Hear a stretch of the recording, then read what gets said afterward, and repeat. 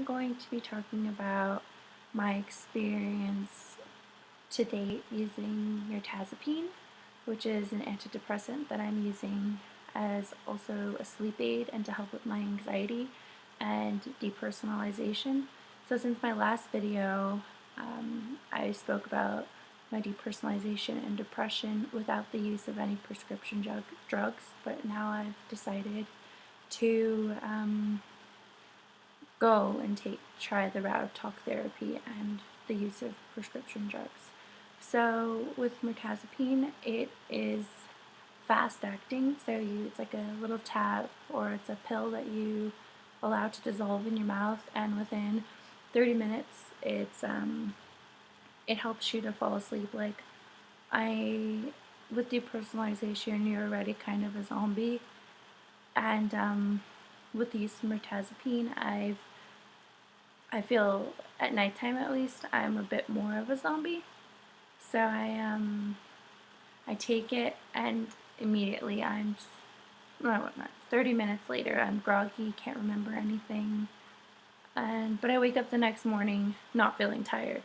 So I've also been getting sleep paralysis a lot more lately, or ever since, basically every night since I've been using mirtazapine. So I don't know if there's like a connection between the two, because it is a sleep aid, so like it keeps my brain asleep when I'm trying to be awake at the same time. But I've also had sleep paralysis and a problem with sleep paralysis in the past, so I'm not entirely sure if there is a connection. I think that there might be.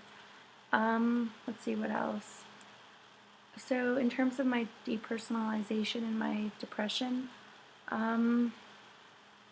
maybe it's too soon to know if there's a difference, but when I spoke to my doctor, I think most people who have doctor or see a doctor regularly for talk therapy, they usually give you a questionnaire, and I didn't realize that I was in such a bad place when I was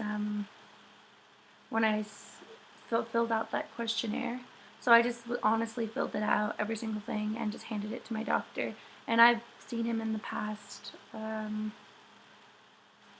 like sporadically, and it turns out that there have been times where, or this is one of, probably like a week and a half ago, that was one of my worst points, and I didn't even realize it because of the fact that you just become so numb to everything.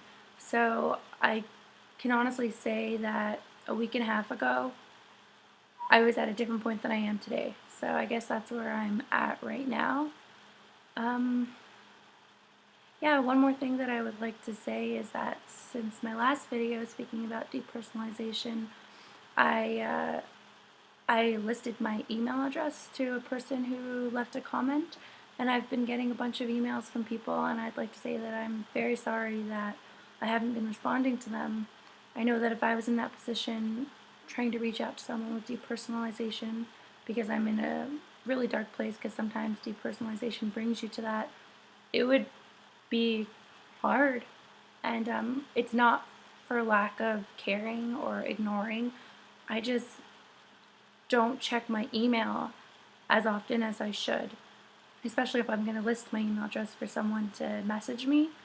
So I'm definitely going to work on getting back to people a lot faster, and I think it'll be mutually beneficial. So I'm going to list my email, and please, everyone's more than welcome to email me if you want to talk. And I'm not saying I'm an expert, but sometimes it just feels good to talk to someone who's dealing with the same thing that you're dealing with, because that's how I felt the first time that I was even able to put a name to depersonalization and derealization. So yeah, I guess that's all I have to say, and I'll make another video to update whoever's interested about this drug that I'm using. And yeah.